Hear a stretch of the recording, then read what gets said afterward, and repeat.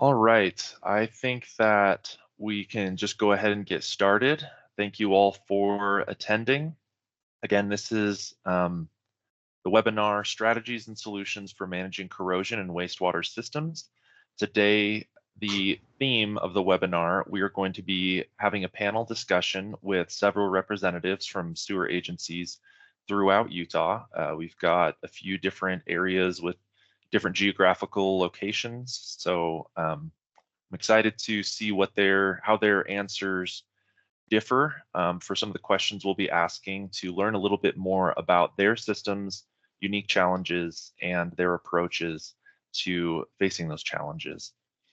So the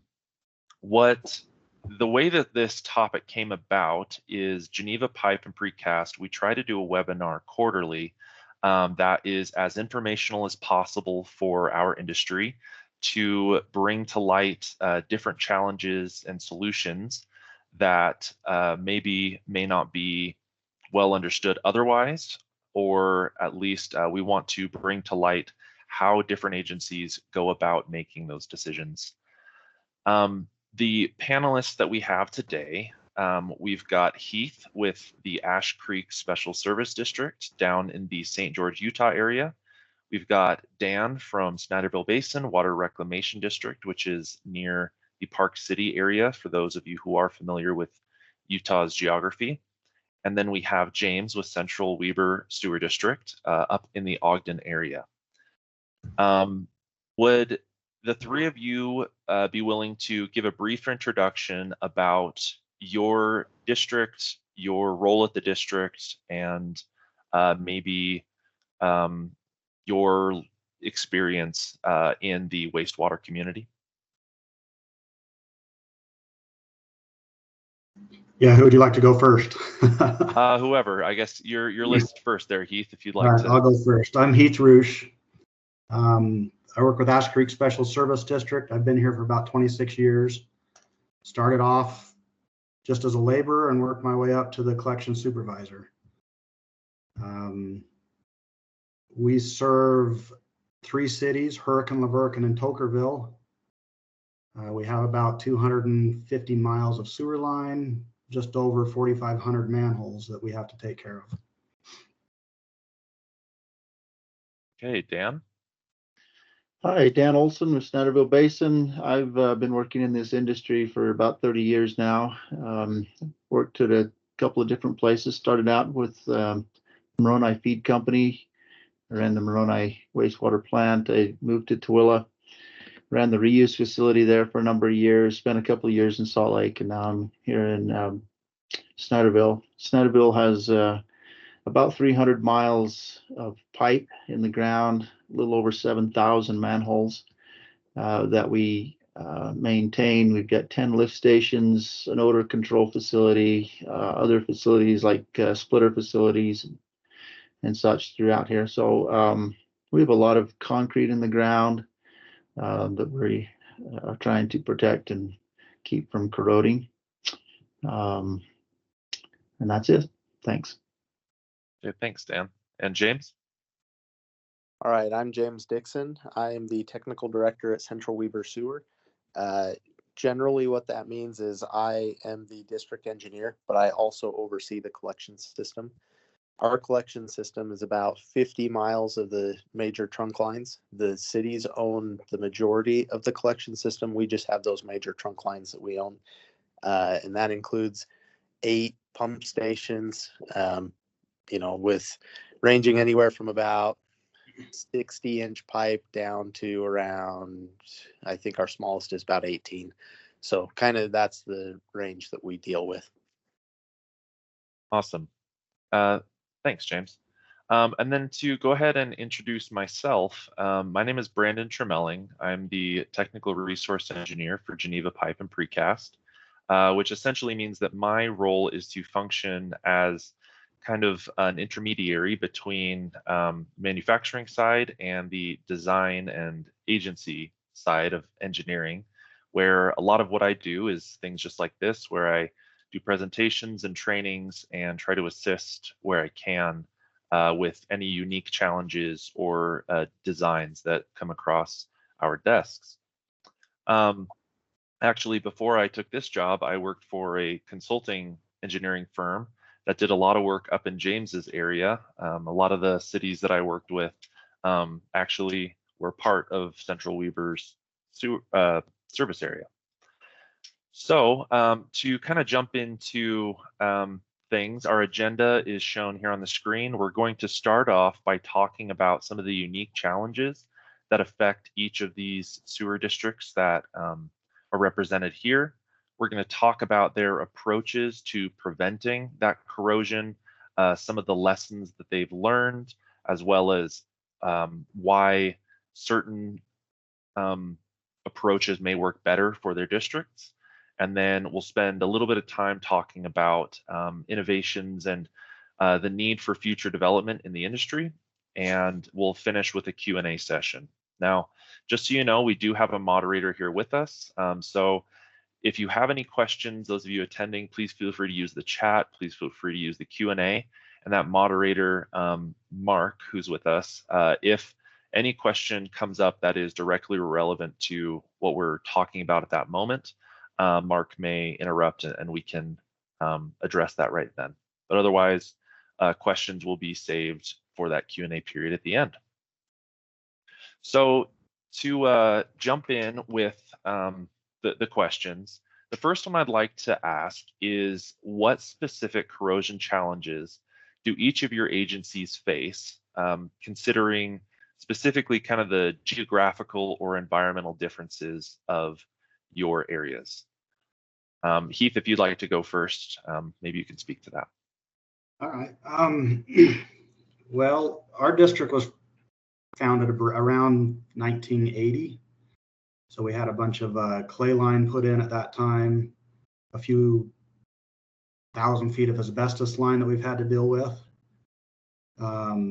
18 pump houses. We've got a lot of hills and mountains that we have to work around. The terrain has made it pretty difficult. Long detention times. We have a couple sewer pressure lines that are over a mile long. So we have really long detention times, which builds up that hydrogen sulfide. And at the end, manholes, discharge manholes, but that's where we get the corrosion from. The asbestos pipe, dealing with it, you have to be certified and trained. Makes it pretty difficult to remove it. So we're finding now it's better just to line the things than remove them. Yeah. Okay. Dan? And you're muted, Dan. Thank you. We're in a mountainous area, so we've got a lot of steep inclines in our system. We get a lot of turbulence as the pipes change their slope. We also, because our clientele are very sensitive to odors and such, we've chosen to keep most of our pick holes closed in our system, which maintains that hydrogen sulfide in the system. So we lose a lot there. I think we do benefit maybe temperature wise. We're not like a southern Utah or in Arizona where the temperature is warmer and you can increase that growth. So we do inhibit it a little bit with temperature, but we still see it quite a bit. We have a number of low pressure systems here. Those systems where each individual home or building would have a pump, and it would pump into a combined low pressure pipe where that discharges into our gravity system. We have a unique problem there with corrosion. We also have the 10 pump stations, and where they discharge into the gravity system, that's an issue. We're doing some work right now on a line that comes out of Jeremy Ranch, and there are, I think, 8 manholes downstream that are all seeing that corrosion. So it's not just the one discharge manhole. It can go for quite a while. I really don't have a good handle on how far you would have to protect those manholes, but it's quite a distance. Another thing that we've done in our trunk lines over on the East Canyon and also on the Silver Creek trunk line, we did a lining project there through the concrete, and we found that now that we've protected the concrete pipe, the hydrogen sulfide now starts to react with the manholes. We weren't seeing as much corrosion before, but now we are seeing it. So now we're going to have to deal with the manholes on that side of things. Gotcha. Okay, thank you. James? So for our end of things, pretty similar to what the other two have described. We tend to, where we have a discharge coming in, particularly after a long force main, we tend to have some issues. And for us, where that actually tends to be more of an issue is we're pretty spread out in terms of geography. And so we go up onto the benches a little bit where there's some elevation and we're not dealing with as many pump stations, that type of thing. And then on the west side, it's where it gets as flat as you can possibly be. And you have to pump it whether, you're going toward the plant or away from it. And what that kind of does to us is, because we have those, not only the force mains and the pumps, but we've also got the long stretches where there's slow moving water. It has longer detention times, and we see that there are issues there. So geographically, those kind of conditions are pretty varied from our east end to our west, and the west seems to be where we have more of our problems. Awesome. And your answers just highlighted on why I was excited that the three of you were willing to participate in this panel discussion, because we have quite a mixture of kind of terrains that we're dealing with here. From southern Utah with the excessive heat that isn't really seen as much in northern Utah, mountainous areas, flatter areas. And so that was one of the things that we really wanted to highlight. Kind of going along with that, I'm curious as to if any of you have particular environmental challenges, such as acidic soils, high groundwater, things like that, that may or may not affect corrosion. Do any of you have any of those factors to consider? So maybe I'll just jump in. For our side of things, we don't have acidic soils or anything on that end. Generally speaking, on our west end of things, it's getting closer down to the Great Salt Lake, and so water levels are always higher in that area. And as long as it's an area where things stay submerged, generally, it hasn't seemed to be an issue. We still have things where you have groundwater coming into your system, but it hasn't caused any corrosion issues on that end. It seems to be, if it's related to that, it would be more of an area where it's fluctuating groundwater that we might have an issue. Okay. Down here in southern Utah, we do have acidic soils. So we have to be careful what kind of pipe we use for our sewers. Ductile iron, cast iron, in some places we can't use because of that, unless they're wrapped or epoxy lined. So most of our stuff here in our district is PVC. Okay. Similar here, we did a project a little while ago where we went underneath a state highway. We had a ductile iron pipe that looked perfectly nice inside, but when we dug down and took it out, we found that it was paper thin, been corroded from the outside. And this was in an area that has mine tailings, so you've got heavy metals, various possibly acidic soils as well. We've gone away from all iron, ductile iron, steel pipe, and concrete pipe, in fact. So there's only two types of pipe we allow into our system. That's PVC and the HDPE pipe. If we do need to have a sleeve to go under a road or some other structure, then we will use, if possible, we'll use a PVC and then have it grouted. So we have PVC inside of PVC if we're allowed to do that. So Interesting. Okay. So with that, I'm curious, but before we get into kind of approaches to preventing this corrosion, I'm curious, do any of you have kind of stories or experiences from your time with your agencies where there was a specific incident or maybe case study that highlights the impact of some of these things we're talking about, corrosion, or like James said, fluctuating groundwater, acidic soils, that Dan, you just kind of talked about yours with the ductile iron, but any other specific events you want to mention?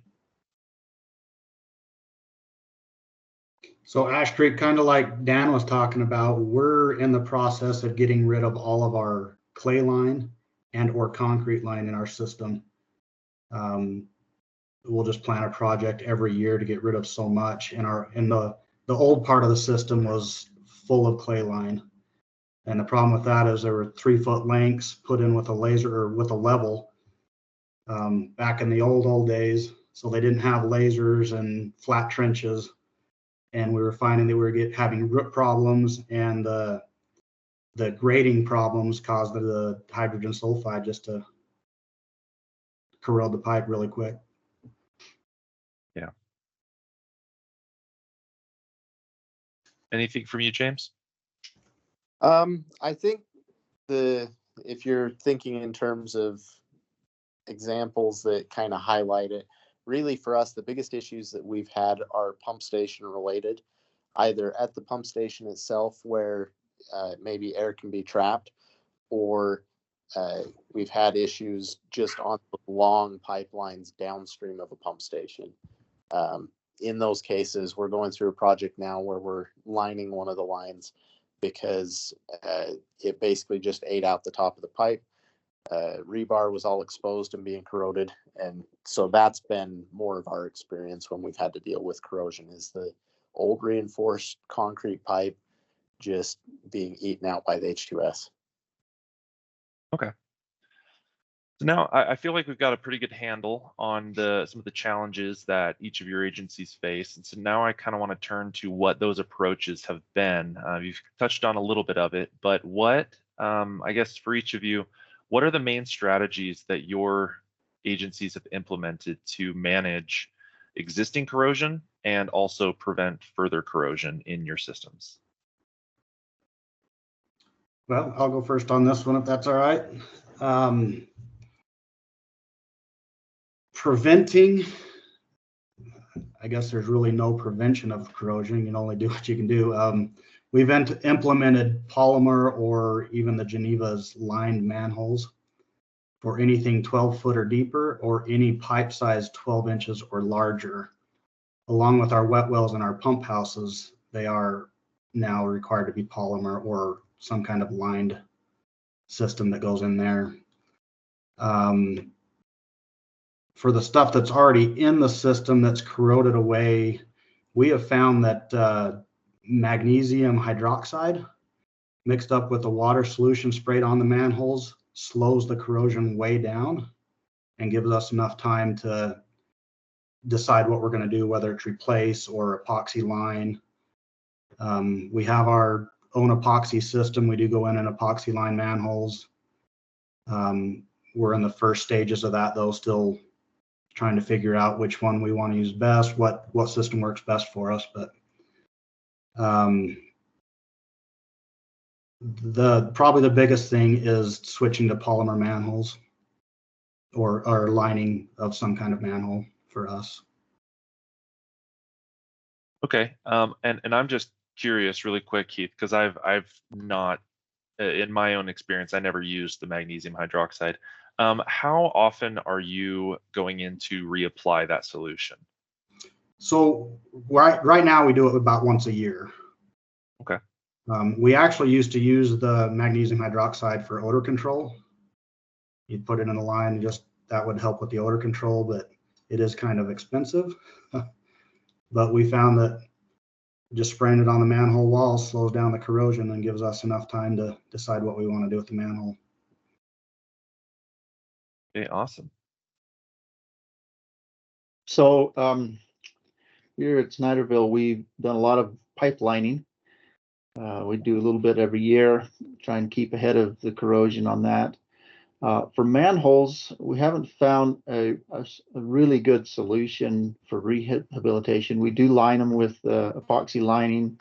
We've tried various different liners. I feel like they're probably not the best long-term solution. But you know, we're doing some today. In fact, as that was really the best solution for these. There are polymer inserts that you can put in them, but that requires removing the cone, which would remove asphalt and be a bit of an excavation. So we don't like to do that if we don't have to. You know, we've put in a number of the polymer manholes. We have a couple of the perfect pipe manholes that were installed this year, and they each bring with them challenges and in how you handle them and how you install them and such. So I think there's a bunch of options. Right now we're using a lot of different options and trying to evaluate which one is going to work best in any particular application. We've done lining with both the steam cured and the UV cured. We find the UV cure is what we prefer up here, and a lot of that is because of the odor complaints are less, and since we're really sensitive up here to odors, we find it brings us less complaints from our patrons here. Okay. So from our side, fairly similar to what Dan was kind of relating. We, in general, when it comes to rehab, we've gone with a UV cured CIPP. Multiple reasons for that. One is, like Dan mentioned, also it's a lot easier to manage in terms of what do we do with the waste that comes off of using a water cure or something like that. The other benefit that we feel like we get from it is time, in terms of how long it takes them to actually go and cure a line and get one installed. They can actually go a little quicker there. So we don't necessarily save money going with the UV cure, but we do feel like there are some benefits that do help us out on the other side. In terms of lining manholes, similar to the others, we have done the epoxy lining. Generally speaking, that's worked pretty well, but a lot of it comes down to surface prep and, you know, making sure that that adheres well. We have had issues there where it's not been an ideal solution. Generally speaking, you're a lot better off if it's something that's been planned from the beginning, and you know you've got a solution that was designed that way, as opposed to trying to go back and fix something that's already a problem. And in that case, we've been kind of lucky, I guess, to be able to have that work in most cases. The times where it hasn't, it's been pretty understandable as to why not, where, you know, your concrete's falling and you've got some of those issues where maybe it's bigger than what you can fix with just some lining. In terms of the better solution and preventive solution, we prefer to try and get in front of it, and rather than wait for it to become a problem, all of our new stuff that's going in, we try to make sure it's plastic. The manholes we now dictate have to be polymer manholes throughout the district. So those are some changes that in the past we've allowed concrete, and we've kind of gotten away from that. Now, we have noticed that through our district, that doesn't mean that concrete's a problem everywhere. We have noticed, for example, one of our main lines coming in is a pipe that's over 100 years old. Considering the age and everything, it's still in really good condition. And so just the fact that it's concrete doesn't make it bad, but just to avoid some of the potential risk and things that we have as we add new lines in and do that kind of stuff, we've just decided that we would rather go with plastic and avoid the potential than to have to deal with it sometime down the road. Okay, absolutely. I see that there was a question in the chat, and just because we're recording this and it will be available online later, the recording will be available, the chat will not. So I'm going to ask a similar question just for the sake of those who watch after the fact. What limitations or challenges have you each encountered with your current corrosion management strategies? I know, Dan, you kind of alluded to this, and James, you just mentioned concrete spalling, but anything else you can tell us about those challenges? Well, I guess going to the question that was asked, with the perfect manholes, perfect pipe manholes, we require tracer wire. If we drill a hole through that manhole to install the tracer wire along the line, how do we ensure that we haven't destroyed the integrity of the manhole? And I guess we haven't really got a good question, a good answer for that question as to how to handle that. And I think the other issue is when we require these, and contractors are putting these in as part of a development, many times they've never seen these products before, and so we're trying to train and teach, how do you handle them, what's different about a polymer manhole or the perfect pipe manhole, so that they can install them correctly without damaging them.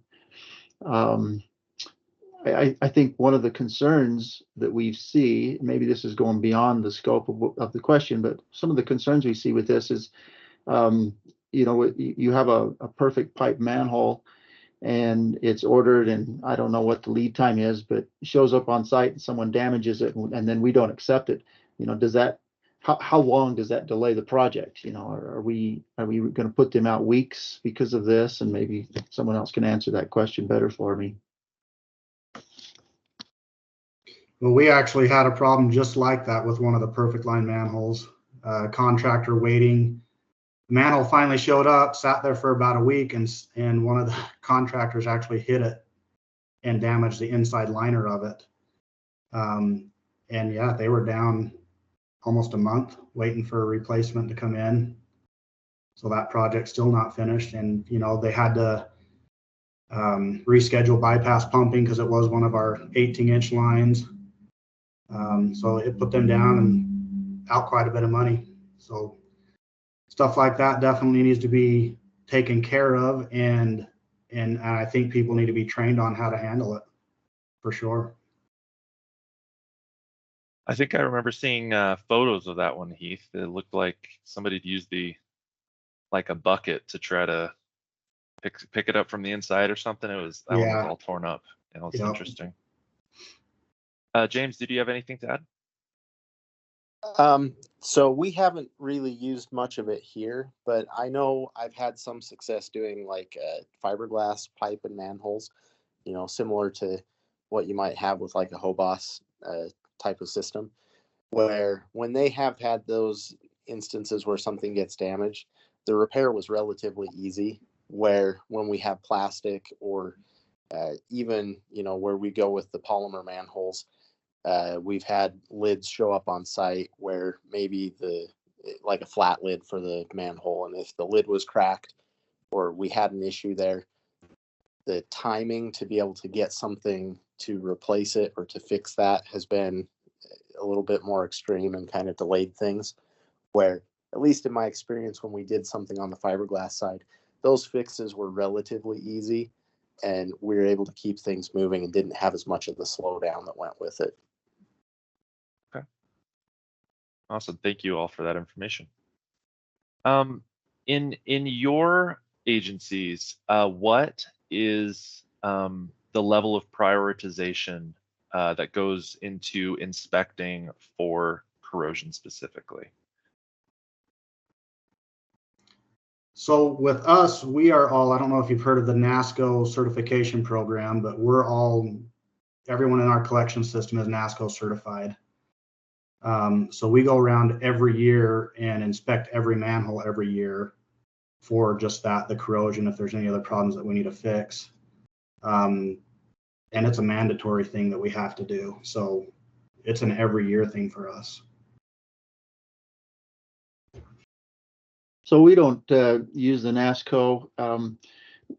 Our system is very similar to that. We developed this, probably beginning over 20 years ago, and so it has developed over time. And because we have this historical data, we don't want to change how we assess our system, but it's very similar to that. we rate every pipe, we rate every manhole. We go out and camera each of our lines on a regular basis. I believe right now we try and do it once every 4 or 5 years, no longer than 5 years out. Some lines are much sooner than that. We look at them annually or even more frequently than that. The manholes also are inspected. Anytime our crews clean a line, they open a manhole, they do a manhole inspection at that same time. Same with the camera crew, or any other time we have to open a manhole, we take that opportunity to do a manhole inspection. That's all recorded. The camera van, of course, has a recording system. It's put into an asset management program that we have. We also have CityWorks, which we utilize for the manhole inspections. Those are all put into a report, and then every year we evaluate that and create a list of manholes and lines that we are going to rehabilitate in the coming year, put that project out. So it's pretty robust. You know, as far as the how much emphasis we put on it, it's pretty strong. We take the stance here that we don't put off any maintenance ever. If it needs to be done, we get it done. You know, and luckily we have a board and a general manager that support us and basically tell us, you know, it's our job to get it done. It's their job to find us the money, and so they do.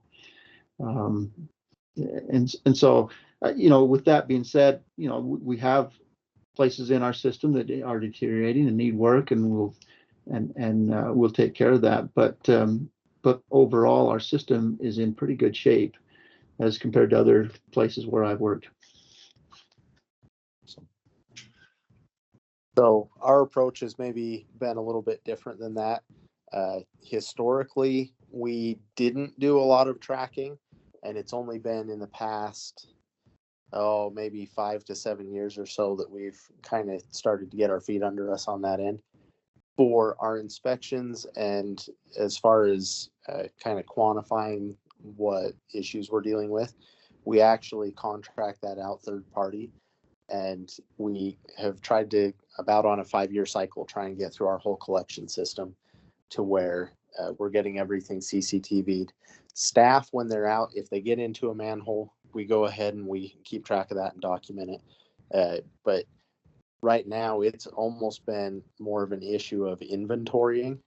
When we've found major critical issues, then we've, you know, assigned those projects and gotten things moving. If there's things that were maybe not as critical, we have kind of taken the approach of saying, well, let's go through on that second pass, you know, see what the movement looks like. And for areas that are maybe, you know, of concern, we'll try and hit those more frequently so that we can make sure that we do have some idea of what that movement has been. Is that corrosion something that is expanding quickly, or is it something that's a little more controlled? And then gauge our response from that. So maybe a little different from those who have kind of built their system and already have that established. For us, it's relatively new. I'd also like to add, you know, we have a rating system, so we rate every pipe, you know, 1 to 5, and every manhole on the same scale. But we also include in that a criticality, and that brings into other factors such as the depth of the line or the depth of the manhole, its location. If it's in a busy street, it's more critical than if it's you know, off-road somewhere. The type of material for pipes, you know, PVC pipe might have a different criticality than concrete stuff. So there's a lot of factors that fit into that, and then we get with those criticality scores and the rating score, we get what we call a TAR, a total asset rating, in the end, and then we take that score. The highest scores are our first priorities. Interesting. Yeah, so that's awesome to get kind of these different perspectives, because I I've heard a lot about the NASCO certification that you guys are using down in Ash Creek, and I think that's pretty fascinating that you guys have developed your own system of rating things over in Snyderville Basin. And then James, when it comes to kind of getting started and developing a lot of those corrosion monitoring techniques, it is interesting to a lot of my job is I go to conferences around the country. I talk to a lot of different sewer agencies, and it is pretty interesting to know how many sewer districts do no corrosion monitoring. Even here in Utah, I know of several that they say, it's not really on our radar. It's not something we watch out for. So I think that's important to note that there are varying degrees of how long people have been doing this, their different avenues, and how that translates into some of the other things we're talking about here on different approaches. With that, I kind of want to turn now into what that decision-making process looks like. So the first question I want to ask is, what are the key factors that influence that decision-making process for your respective agencies in terms of corrosion management? I guess that all depends on like Dan was saying, his system's kind of like ours in the rating factor, where it's at, what it's made of. If it's down the middle of a highway, you're going to have to close the highway down to do any excavating, do any work on it. I think a lot of it boils down to cost.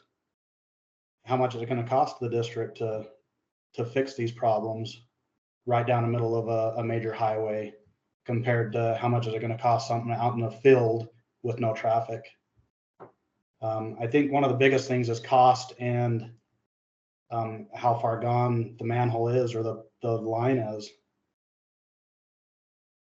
That makes sense. Yeah.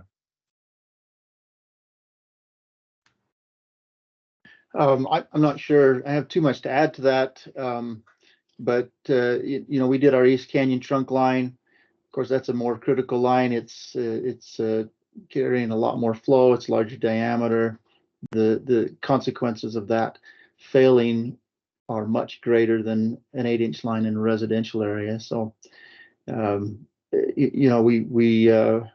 we look at every manhole and every line and give it a rating 1 to 5, and then apply that criticality. Anything that ends up a 5 or greater is considered critical. It's something that we schedule right away and get it fixed. Then anything that's a 4 to 5, then it ends up on a list. It's something that is deteriorating, but is still creating or still giving that level of service that we require. It's still functional. It still can move the water. It can still hold up. The manhole can still hold up and such. So it's not critical, but it puts it on a radar to do something with it. Okay. I think we're fairly similar to that. If it's something critical, then we're going to tackle it right away and we're going to go after it. Generally speaking, we don't use the same numbering system, but kind of similar to what Dan described as a 4 is where we find a lot of our issues, and they basically get put onto a schedule to deal with. That schedule a lot of times is determined by the budget. And so we'll say, okay, we can't have all 3 of these hit at the same time. And so maybe we kind of rank them amongst ourselves and say, which one is, the most expensive, which one is the most critical that it happened right now, and kind of do our scheduling that way to where we kind of spread those projects out a little bit and try not to hit our budget all at one time. But it's a little bit subjective when it comes to which projects take precedence when they're all kind of in that same category. Okay. Awesome. I now want to take kind of that same question and apply it a little bit differently. So I want to ask so you've kind of discussed the factors for identifying which projects. Now I want to ask, what are the key factors, and what's that decision-making process look like for which like protective coatings or liners or materials you use to prevent future corrosion, whether you are rehabilitating a structure or a pipe or you are putting in new infrastructure. So for us, we have a few manholes that we actually just rehabilitated. They were put in probably 10 years ago, but out by the Sand Hollow Reservoir. When those manholes were put in, they were put in okay, inspected, everything was fine with them, but 10 years later, they started to crack and seep water because of the reservoir that just was in.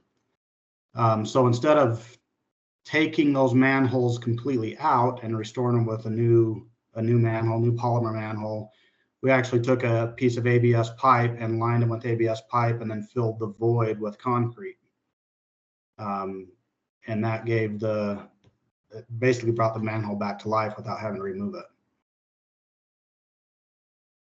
Okay, that's interesting. So we're constantly evaluating our specifications, and of course we're doing that right now. Just, you know, as new products come onto the market or new ideas come out. In the past, we have allowed contractors to use a spray-on epoxy on a new manhole. This is a discharge manhole or some sort of manhole where we'd be concerned about corrosion. In our process this year, looking at that, I think we're going to remove that from our specifications and not allow that as a possibility. So that would only leave two options. One of them is the perfect manhole, the fiberglass line concrete, or the polymer concrete. And then we also are evaluating and haven't really come to a conclusion yet as to how far out. You know, do you go 1,000 feet from a discharge manhole? Do you go, you know, half a mile? What do you do where you have to protect those manholes? Because you know the corrosion does travel from those. So we're looking at those things for new manholes, for rehabilitation of current manholes. Sometimes, you know, putting a perfect pipe manhole or a polymer insert or polymer manhole in place of a one that's already there, a regular concrete manhole, just isn't practical because of location, you know, groundwater pumping and such. So we still use some spray-on epoxy liners and are evaluating them for, you know, life cycle. We have had several of them that fail. We've tried different manufacturers. I think it all really comes down to surface preparation. But I think there's also things that you have to look into as far as groundwater. You know, if you're under a lot of water and your concrete substrate is you know, of course you go in there and you grout them and try and seal off the water, but the water eventually finds its way back in there and can cause bubbles. So I think they're a good short-term solution, but maybe not a 30-year solution. Okay, thank you. I think that's a really good way to put it, because in our case, what we find is where there have been issues, the first thing that we'll check is there a project coming up?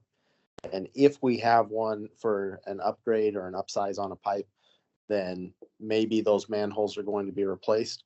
And in that case, we might accelerate that project depending how far away it is, or we might go with the spray-on type of fix to basically be a Band-Aid in the short term. But like Dan said, there's always an issue when you're doing the spray-on type of liner where there's a surface prep. We've also had, with our groundwater being as high as it is, that you still get a little bit of weeping. And, you know, we've had installers tell us before, well, that's an okay amount of weeping. We can go ahead and just do it. It's fine. And every single time we've had it where it's bubbling and cracking. And it's really critical that you're going and making sure that, you know, that surface is exactly what it needs to be to make sure that you get a good adhere from your epoxy. So there's some headache going that route, but taking the time and spending a little bit extra to make sure it's done right has always paid off for us. And then in terms of if it's a full line that needs to be rehabbed, we do the UV cured CIPP. If it's just like a spot repair, a lot of times we'll try and do the UV cured spot repairs when we can. We do try to avoid some of the other types of fixes, but that's not always possible. And so generally speaking for us, we try and go with the UV cured. We feel like it just goes faster, and it's been more certain that it's going to work. Okay.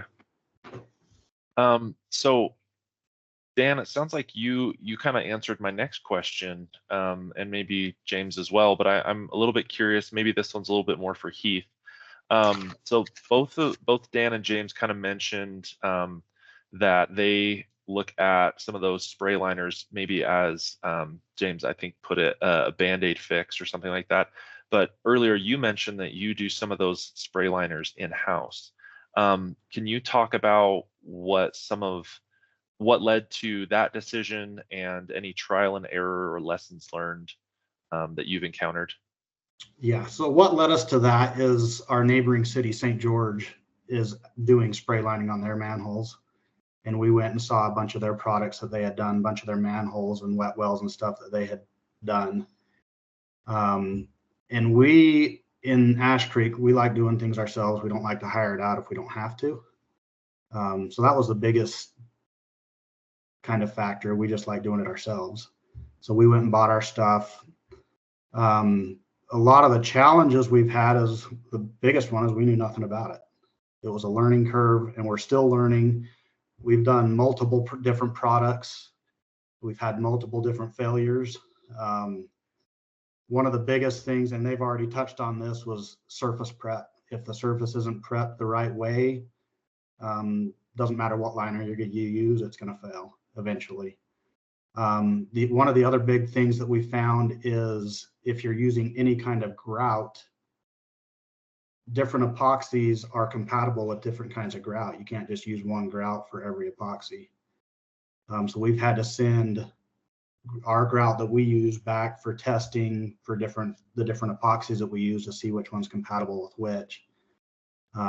We've actually had grout turn into mush underneath the epoxy.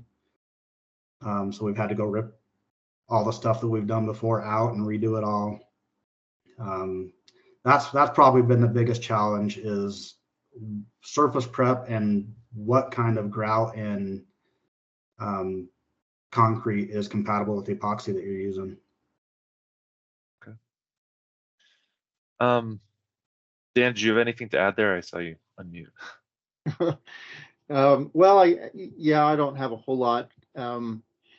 We don't do any of that ourselves. We do hire it out, and I don't know. I was thinking as he was talking about that, I think we get sometimes the idea about manholes and pipes and the collection system is somewhat out of sight and out of mind, especially from our governing boards or mayors and city council members. I just finished our asset management report for last year, and as I was putting together the new numbers for the year, one of the things we add in there is the replacement value of our assets, which includes our treatment plants. We have 2 treatment plants, includes our manholes, pipes, lift stations and stuff. And it's been pretty consistent that there's a 4-to-1 ratio. In other words, 4 times the amount of cost is involved in the manholes and the pipe as opposed to the treatment plant. What you see is only 1 of 4. And so there's a lot more money really invested into the ground than what we think. And I don't think a lot of boards, I don't think a lot of city council people really understand that. And so they kind of forget it, and they don't fund it like they should. Yeah, having come from the consulting side myself and doing some of these studies for sewer rates or capital facilities projects, and then getting to city council and having them kind of just turn down some of those proposals, it's I know firsthand that can be quite a challenge. So now we're in about our last 10 minutes, and I am curious to hear your thoughts on kind of future problems and future solutions. So the first question I want to ask is, where do you 3 see the biggest gap in terms of prevention or rehabilitation techniques that would directly benefit your districts?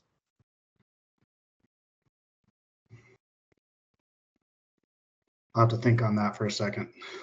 Sure. Well, I think for us, you know, well, I asked my superintendent, my collection superintendent, you know, where should we put these polymer manholes? Where should we put these perfect pipe manholes so that we can protect the system? And he says everywhere. we don't put a concrete one in anymore, which may not be practical. Certainly, developers are not happy about the cost of them. But we also got to look at, you know, if we're coming in 10 years later and having to rehab a manhole or a pipe, then we probably haven't done our due diligence in protecting our system. You know, that cost shouldn't be put on a district or a city. It needs to be put squarely on the back of developers. You know, they're putting that infrastructure in. We shouldn't have to work on that for 30 years, or at least, you know, other than cleaning and maintaining, but shouldn't have to be doing repairs. So that's a big question. You know, do we use them everywhere? Do we use them a certain distance, certain location, pipe sizes? I know it has been mentioned that there probably already is some ideas on as to where you use those, and we're just developing those ourselves. I mean, we've had specifications in the past, and I think we found that they haven't been adequate. So we're going to have to expand where we're using those. Again, we've gone away from all concrete pipe and ductile iron pipe. So our pipes are down to non-corrosive pipes, the HDPE pipe and the PVC pipe. Those are the only two that we're utilizing. Manholes, we still allow concrete manholes, and I guess it's to be seen where we're going to allow them in our system. Thank you. I think a lot of it is installation. You know, you need to have the contractors install it right. So the inspections on the installation, the inspections on after it's in the ground and backfilled, all of that plays a big part in helping with the corrosion problems. You know, your proper slopes, your proper materials, all of that has a big play in helping out. So I think on our side of things, excuse me, I think on our side of things, I line up a little bit more kind of what Dan was describing, that, you know, where are these things more applicable? And our approach historically, as well as our current approach, has kind of been the blanket response in most cases, and saying, okay, polymer manholes work great over here, so now let's apply them everywhere. And so, you know, it may be that we get down the road and find that maybe that wasn't the best approach. But we feel like in general, it has less risk tied to it, I guess is a better way to put it. That we have evaluated some of the different options and things and feel like it provides a greater benefit to us. And so the future, what that's going to kind of enlighten us a little bit more is, will we find that there were things that we wish we would have known at the time, but for the information that we have right now, we do feel like that blanket approach is a better solution for us. Awesome. And so we still have concrete manholes going in our district. We don't allow concrete line or ductile iron line anymore, but the concrete manholes we have.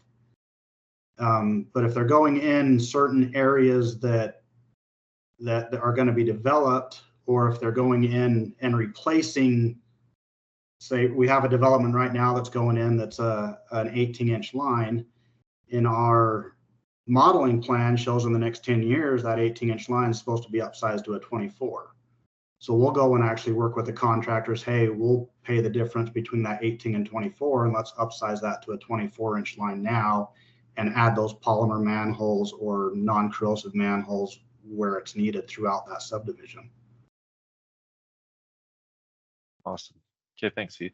And thank you all. I think just in our last few minutes, I've I don't even think I asked half the questions I had for you guys, but in the last few minutes, I'd like to open it up in case any of our attendees have any questions.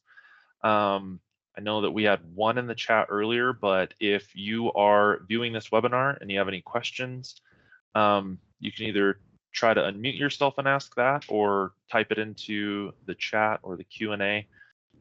And as far as I can tell, I don't think we've seen any questions.